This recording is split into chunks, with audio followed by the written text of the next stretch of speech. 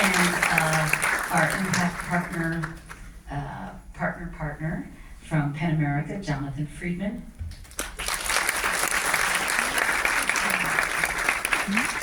And our fierce librarians.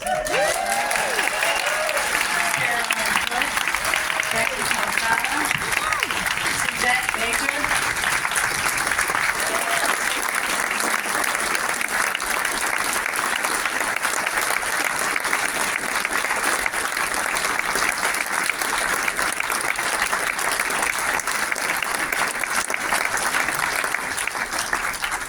wow, that was so resounding.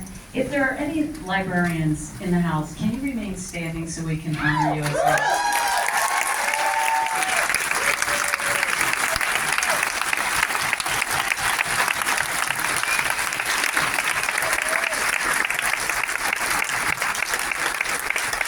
So that was so welcoming. I have to do that. You drowned me out. Carolyn Foote, Becky Cavallo, Suzette Baker. Who do we have? Amanda Jones, Audrey Wilson Youngblood, Martha Hickson. Did I miss anybody over there? And again, Jonathan Friedman. And last but not least, please join our esteemed author in the house, George M. Johnson.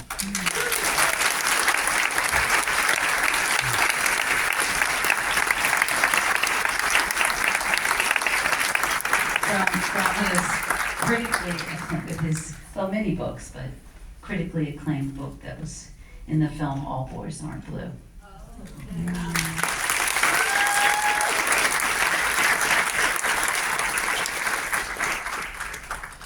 So I'm just going to start by acknowledging that it's very poignant to be here in Utah, where I know a lot of things are happening very recently. And I think I'm going to start out by putting Jonathan on the spot for a second and talking a little bit about your reactions and just adding in a few words here to kick us off. Sure.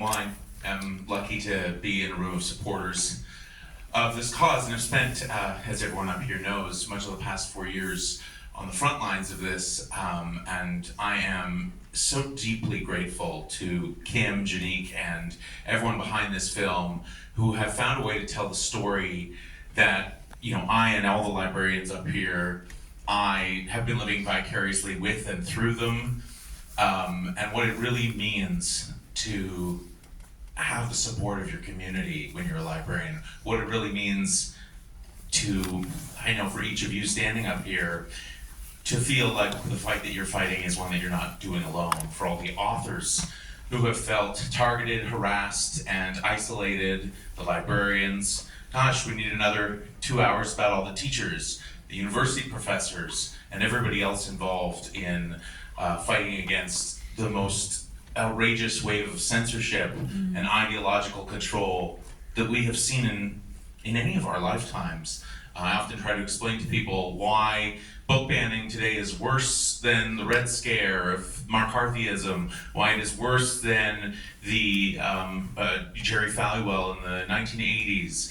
And it's because it is so multifaceted. It's everything they've ever done before, but it's all happening together at once. And it's happening with incredible political power, speed, and we all keep waiting for the moment where it will crest, and it doesn't seem to be coming. And I know in Utah, there has been an incredible fight on the ground from our state partners here who are in the house today, and I want to give them a special shout out. People with Let Utah Read in the back.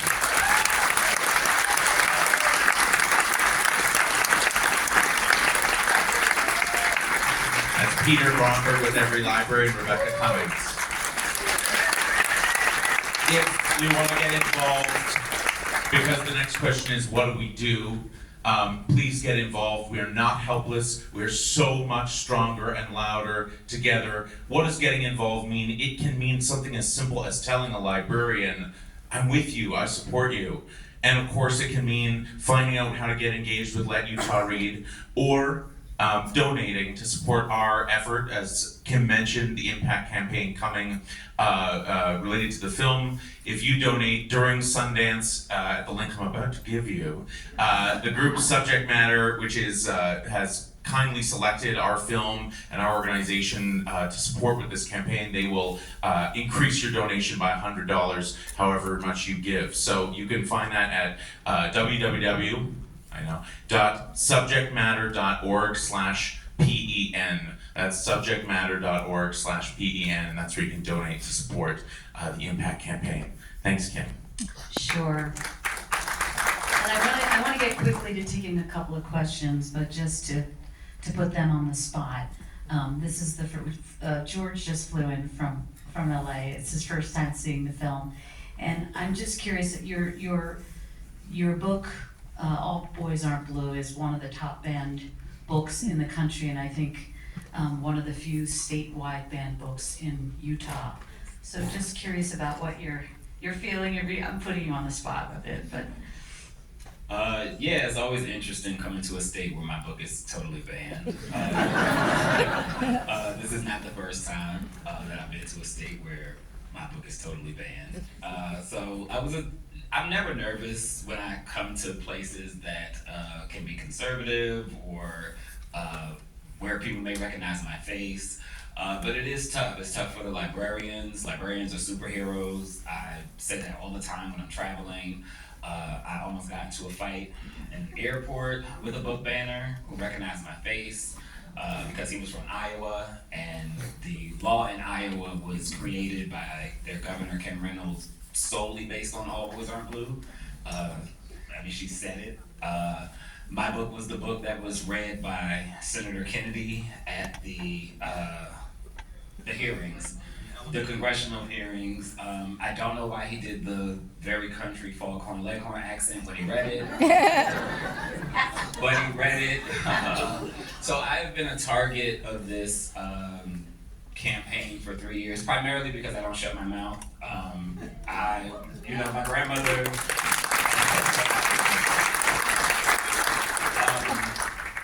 My grandmother always raised us to she said you don't have to get ready if you stay ready. And so I've always stayed ready for this. I knew when I wrote the book that it was going to face challenges and it was going to face some type of bans.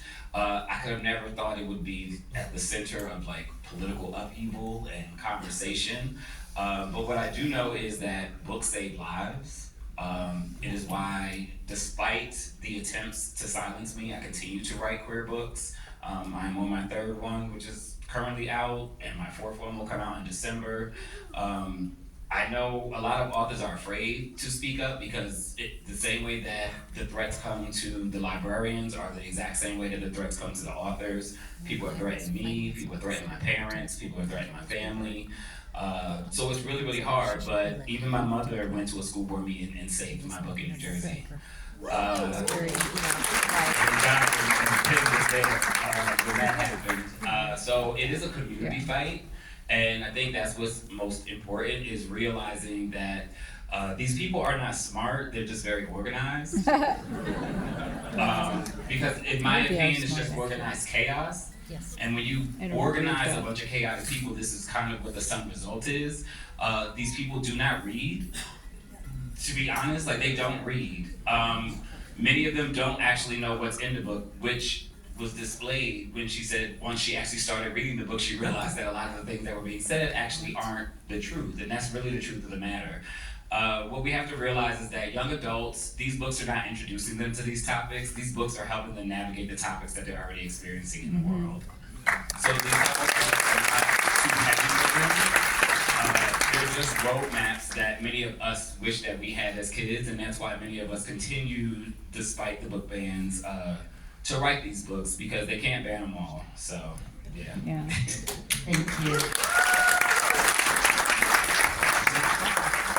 And just to say, this is such a large topic that we made a very distinct, there should be 10 films right now about this. We made a decision to really focus from the lens of the librarians and the siege on librarians. There should be another whole sequel about what's happening with authors like George.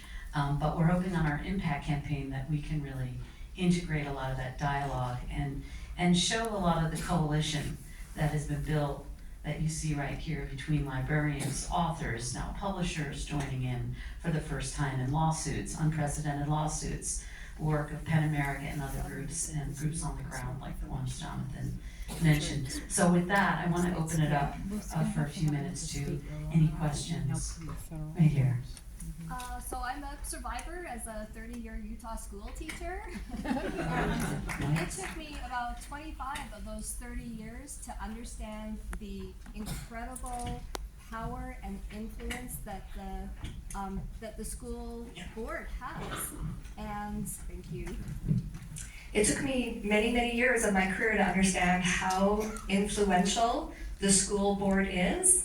And it took my final principal who kept telling me, if you have a problem with this, bring it up with the school board. And just a reminder to all of us as we are voting and trying to address concerns that that's the epicenter that we want to appeal to.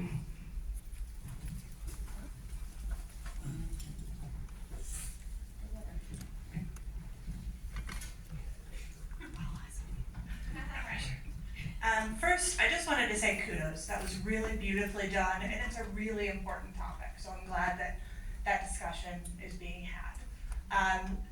I think you said a really powerful line that was, silence would be my compliance. And I applaud all of you for not being silent, even when, your job is at risk, maybe even your safety is at risk. I did want to ask, and this is for if anyone knows, if there has been any lawsuits for wrongful termination that have been filed.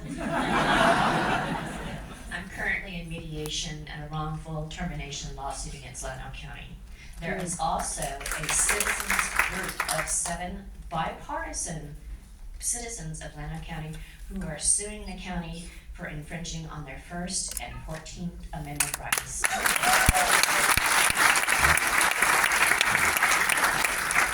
And without getting into the weeds, because we have a lot more footage on this, Suzette, can you just say what, in the sentence or two, what the potential precedent-setting implications of that case might be? I mean, you learned a little bit about Pico versus Island Trees back in the 80s, which Audrey had said is sort of like the Roe v. Wade of book banning, but your case is quite significant right now. Right, I am the first librarian in Texas to have this case come to court. And once I win, I will set the precedent for other librarians to have a foot to stand on, to file against their counties and their cities for wrongful termination. And the citizens will have the same rights to do their own theirs.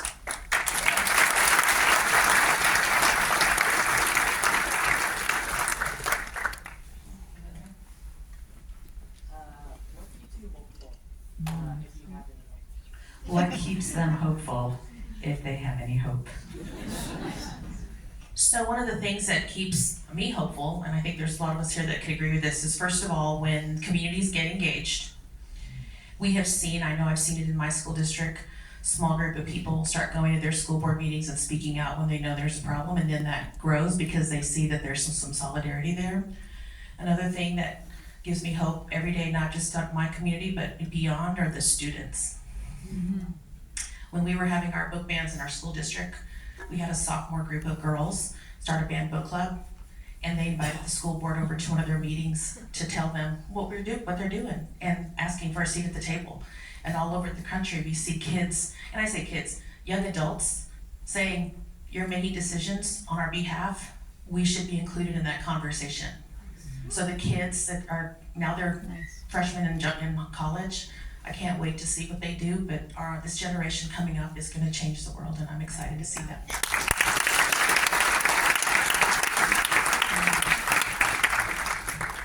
I'm going to say something I said the other night, so sorry if you already heard it. But I was fortunate to hear Stacey Abrams say, whose mother is a retired librarian, that we should measure our success and progress and not victory. And although sometimes it feels hopeless and like we are losing, we are not, because every time we speak out, that is progress. And every time someone speaks out and says no and goes to vote and looks at the board agendas, and fills out those petitions, we are saying no, that is not okay. I also have hope with the coalition building that we are doing, the combined efforts of PEN and ALA and Every Library and Let Utah Read and all of the grassroots organizations. We're getting that organization that they got a jump start on us with, but we're getting that now, and we're having progress.